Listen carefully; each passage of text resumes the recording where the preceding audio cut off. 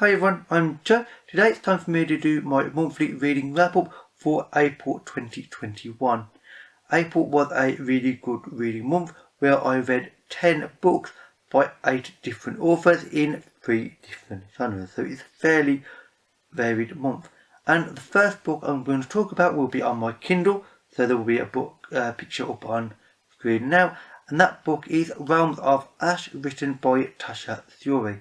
Now this is a sequel, although it's more of a sort of companion novel to her first novel, which was called Empire of Ash, which I read at the end of 2020, and I liked that first book so much that it actually became one of my favourite books of 2020, so which was a hard choice to make, but frankly the book was well worth it. This second book will probably be, if not one of my favourite books of 2021, it will at least be a book of sort of mention, a book of sort of note amongst this year, because it really was fantastic. Now this is set about 10 years or so after the events of the first book. It does not follow the same main character. It does, however, follow the younger sister of the main character, who in the first book is called Mare. Now the main character in this one is a younger sister. She has a slightly different outlook on life, because unlike her older sister, who could essentially do these dances, this is set in a sort of alternative India essentially, where magic and such exist. Sister could do a form of dance and sort of commune and talk to the spirits of the land essentially. It's a very simplistic way of putting it, but it'll work. Her younger sister does have a ability, but it's somewhat different, because she can essentially go into a sort of a dream state or a trance state and access the memories of her ancestors and indeed other people that have died in the past. She ends up in a situation where she is in the royal palace of the land, because there are external and internal pressures.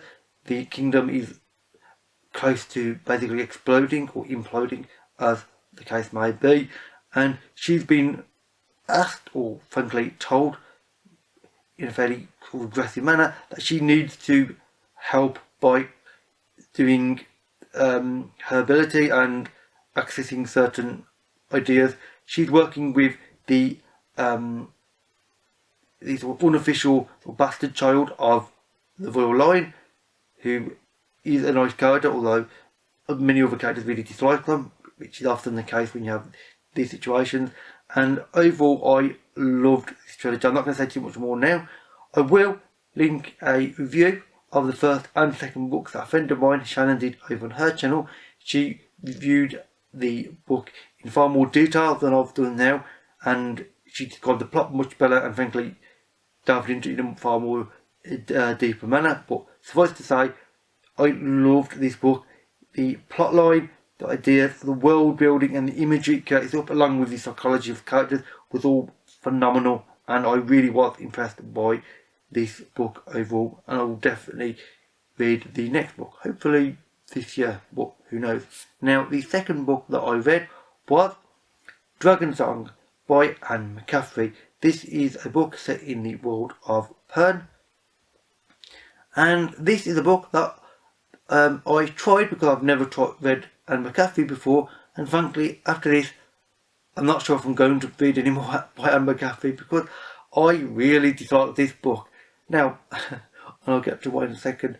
Basically, the plot of this is every roughly 200 years, due to the orbit of the planet around the moon and the sun and such, that there is essentially these sort of tendrils of essentially fire that will sort of come out of the atmosphere and touch down on the ground of the planet and devastate the planet and the civilization and the people. It will ruin cities, people, everything. It's absolutely devastating. It used to be the case that there were the dragon riders who used to fly up in the air and fight these tendrils and essentially get rid of them and stop them doing untold damage. The dragon riders aren't around as much anymore, and this is causing problems. Although the book starts off on a slightly smaller scale, following a young girl and her essentially love of music. Her family, and this is the major problem that I had especially at the start, really isn't supportive at all. They think that she shouldn't have anything to do with music, which is a sort of a very formal role. You have the formal musician of the area. They don't think she should do it, and they actively discourage her and tell her basically, do not do this. We'll be very angry at you, and we will punish you if you have anything to do with music. And this idea of having parents who are ignorant and do not support their own children in things that they're obviously passionate about is something that doesn't work well with me on a very personal level.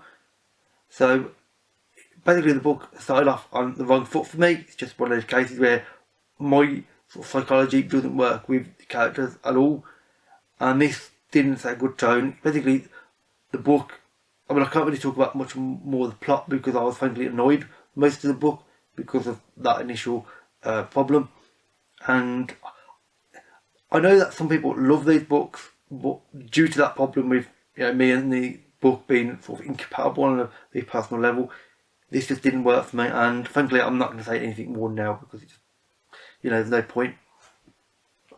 The second paperback book that I read, the third book that I read actually, is The Last Kingdom, written by Bernard Cornwell. Now this is the first book in the Last Kingdom series. He has just released, I think it's actually just been released in fact, the last book in this series, which I think might be the 14th, which is why I bought this. I thought, if I like this book, I have no wait for the following books, because I can just buy 1 or 2 a month and read through the whole series, which for the record I am definitely going to do. And in fact I already have the second one waiting. So this follows the character of Ufred. It is set in the year of 866 AD, or at least very initially, and it follows the character of Ufred over several dozen decades over the course of his life, which is a very busy and frantic life, because this is set in England. There are Saxons, there are Vikings, there are different countries basically have sort of invaded and taken over different parts of England, which is obviously realistic. This obviously this historical fantasy comes into play when Ufred, essentially, he has his family killed at the start of the book. He's taken in by the people that actually kill his family, or at least part of that group.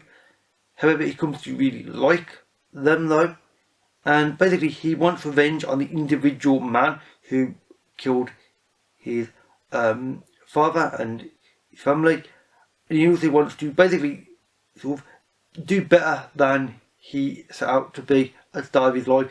He was in a good place at the start of his life. He had no prospects. He was a sort of peasant boy, and he wants to be more than this. And frankly, over the course of 14 books, I'm pretty sure he'll have some interesting adventures to tell.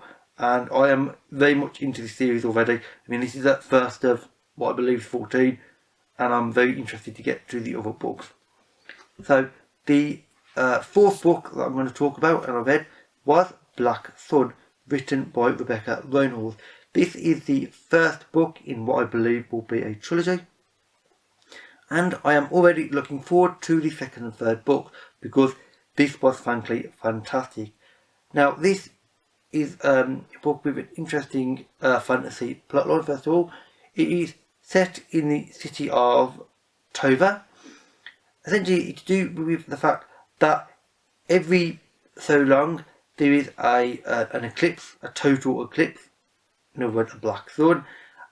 At these very large eclipses, which are so total, certain events happen, and it's to do with this religious system in this world. And I'm not going into too much depth, but let's just say this is significant for government and for the religion of the planet. But this time, however, there is another figure that's not part of the government or religion that is approaching slowly the city of Tova, and everybody fears that this figure will destroy the current systems. He will topple governments, topple religions. He'll be a transformative figure.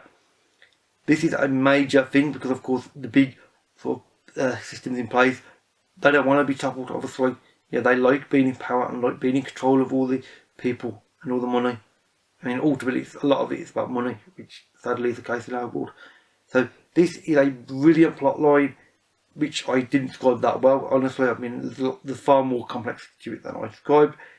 The characters are fantastic. The world is remarkable, and the ideas of and the interactions of the main character, who is one of the main characters, who is this transformative figure, and the other major character, who is a ship's captain, and her journey to meeting this transformative figure and heading towards the city of Tova together.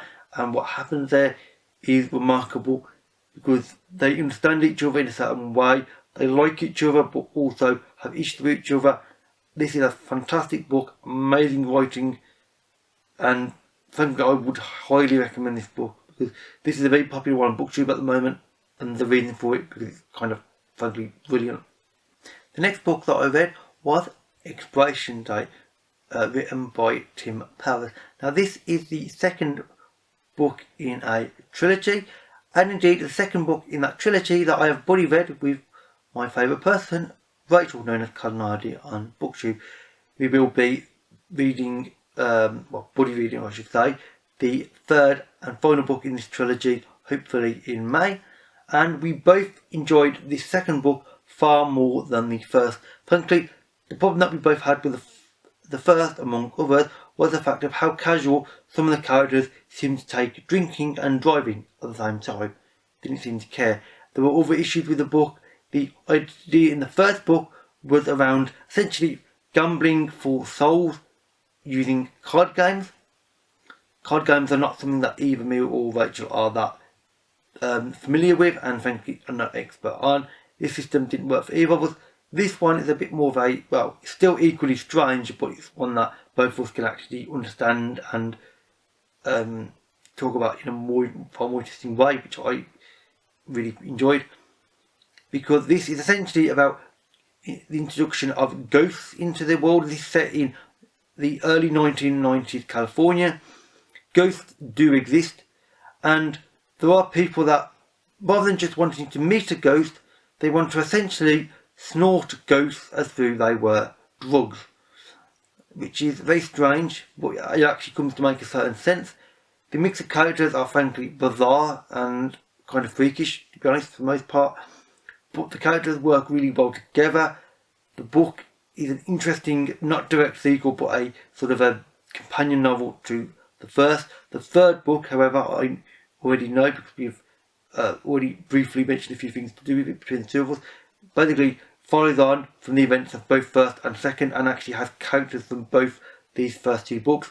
So that should be a very interesting experience, especially seeing how they mix the gambling for souls idea from the first book and the essentially taking ghosts like drugs in the second book. Both very different systems, both strange. How are they going to mix? I'm very curious to see. So I'm quite eager to get to the third book and talk about it with Rachel. Rachel is going to be doing a separate review of this book, so if she's done it by the time this video goes live, I will link her. The next book that I read was a very large book, and that is The Relentless Moon, written by Mary Robinette-Kowal. This is the third and largest book in the Lady Astronaut series. It does not follow the same character as the first and second book, which is a character called Elmer York. The main character of this one is Nicole Bargain. She is the wife of a political figure who himself wants to become the next president of the United States.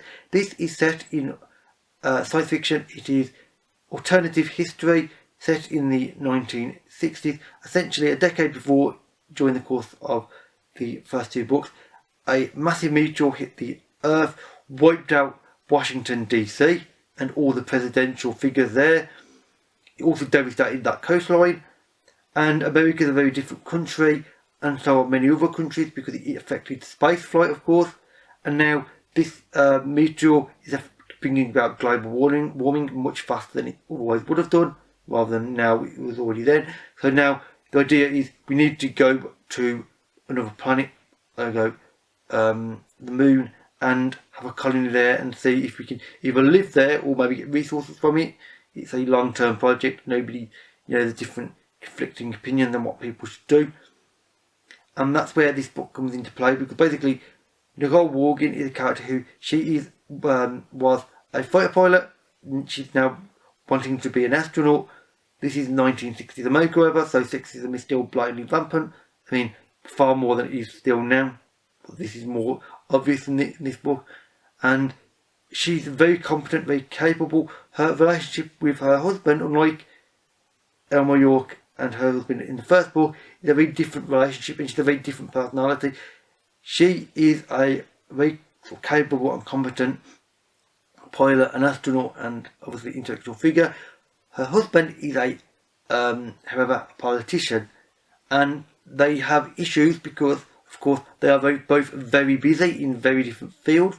They don't see each other as much as, frankly, they would like to, and this presents problems in their marriage, although they do overcome these problems overall, mostly, and have a more turbulent marriage than some, as is the case when you've got two very busy people in major fields.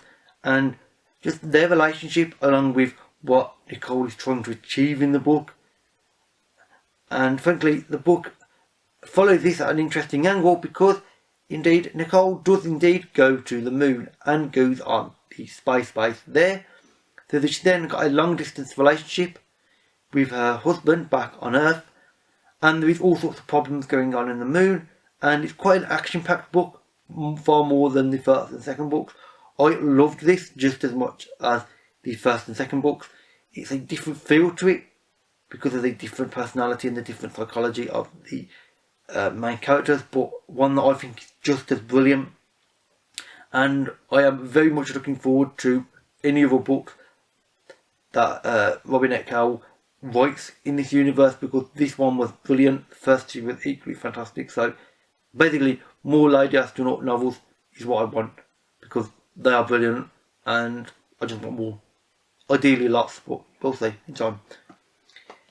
The penultimate thing that I read was a non-fiction, which is unusual for me, and that is Ray Bradbury, written by David Seed. Now, if you know already, which you may not, I am a big fan of Ray Bradbury. I rate him very highly as an author. His writing is phenomenal, really evocative, remarkable imagination and phenomenal writing. This is just essentially talking about some of his major novels like Fahrenheit 451 and The Martian Chronicles, along with just how he sort of got started to a certain degree. Now, none of the information in this book is new to me, not one piece as such. Because Ray Bradbury, at the end of some of his books and at the start, he does write where he gets ideas from and what's influenced him with that particular novel, for instance. And I've read a lot of his books, so I've picked up pretty much all these little pieces of information. However, this puts it together in a linear timeline, which actually makes a little bit more sort of chronological sense. It's an interesting exploration. It's nothing new, as I've said, but I'm really happy that I read it because it brings it together in an interesting way. He does delve into a few ideas and a few aspects that I might not have always considered, at least not until I've read virtually everything else by Ray Bradbury, which will be quite a long time yet because he was quite a prolific writer. And overall, if you like Ray Bradbury, I would highly recommend this because it's an interesting exploration of him as an author, but nothing, revelationary. It's sort of information that you already know, just in a good, concise and intelligent manner, frankly. And finally, the last three things that I read, I am going to be doing individual reviews of all three of these because they are, Pratchett books, Discworld books to be precise. These three books are Reaperman, which I think has a fantastic cover overall, being yellow and gold. Then we have, which is our board, which also has a really interesting cover. And finally, Small Gods, which has an eagle dropping a tortoise. Important to the Discworld, because obviously the Discworld is a disc standing on the back of 4 giant elephants, which stand on the back of a giant turtle, which swim through space. This is basically a country called Omnia, which has an issue with this because they are very religious, like extreme religion, and they don't want people to believe in well, reality. They want them to believe in what they say because for control reasons. Witches Abroad is a case of the 3 witches from the previous book, Nanyog, Granny Weatherwax and Magrak Garlic, find out that they need to go on a road trip by broomstick to the kingdom of Genua, I think it's pronounced, because Magrak Garlic has become a fairy godmother, as you do, and they have to stop, not help, a princess marrying a prince. Strange, but it does make a certain strange and mad sense. And Reaper Man is the second book in the Death sub-series.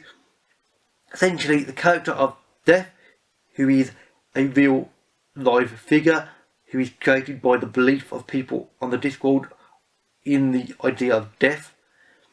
He essentially gets a sort of forcibly early retired. Sounds strange. Actually, it makes perfect sense when you read it. This is one of my favourites among the earlier novels. It's a brilliant novel about death, about certain other characters, and about some massive, quite important concepts. And it's a very personal, it's a very warm novel. You think it might be about death, it's going to be cold. Death's not a cold figure, he's a warm figure. He's a hopeful figure. It's like, you know, he takes people after they die, their souls away to wherever they feel they need to go. He's not the cold figure though, he's a warm figure. And overall, all 3 of these I will do separate reviews of in the upcoming future. As you may have noticed, it's my previous 3-4 videos have all been Pratchett reviews. I'm going to try to vary up though, because I am aware that I don't want to swamp my channel with Pratchett reviews week in, week out, and only having the monthly wrap-up videos to separate them. So I need to make sure I actually separate them with other things other than Pratchett book reviews. And with that said, that is it for everything that I have read in the course of April.